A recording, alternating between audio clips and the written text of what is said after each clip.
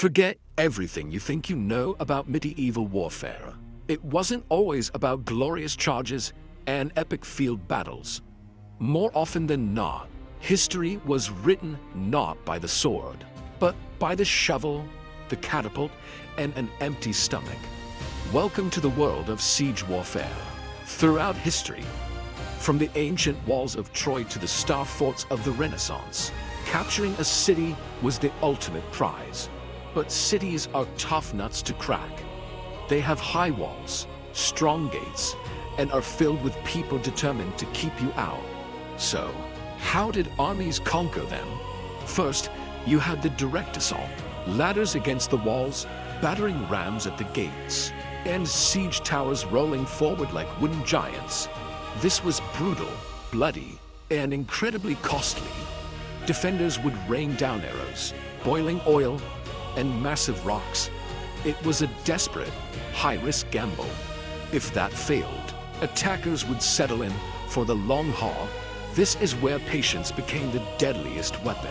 They'd build their own lines of walls round the city, a technique called circumvallation, cutting off all supplies and reinforcements. Inside the city, food would slowly run out. People would face the horrifying choice of starvation or surrender. This war of attrition could last for months, even years.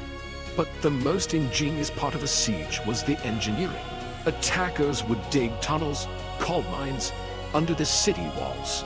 They'd prop them up with wooden beams, then set the beams on fire. The tunnel would collapse, bringing a section of the wall down with it and creating a breach for soldiers to pour through. On the other side, defenders weren't just sitting ducks. They'd dig their own counter-tunnels to intercept the enemy underground. They'd build secondary walls behind any section they thought was weak, and they'd constantly repair any damage from the giant stone-throwing catapults, like trebuchets, that relentlessly pounded their defenses day and night.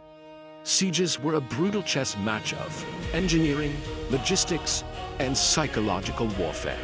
They were often more decisive than any single battle, shaping the rise and fall of empires one stone wall at a time. The next time you see a castle, remember it wasn't just a home. It was a fortress designed for the ultimate test of survival. Thanks for watching. If you found this interesting, hit that like button and subscribe for more dives into history. See you next time.